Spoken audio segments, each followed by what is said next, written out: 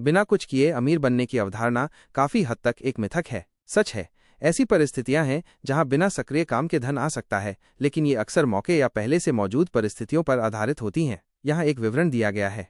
ऐसी परिस्थितियां जहां बिना सक्रिय काम के धन आ सकता है।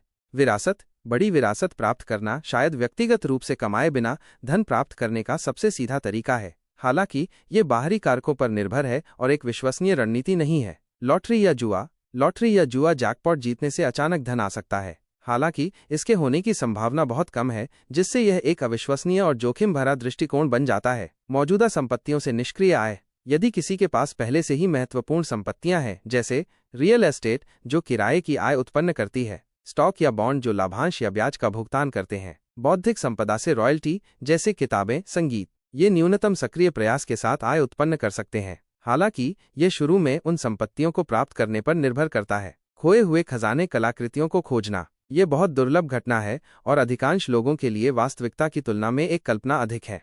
महत्वपूर्ण विचार। कुछ न करना शायद ही कभी वास्तव में कुछ नहीं होता है।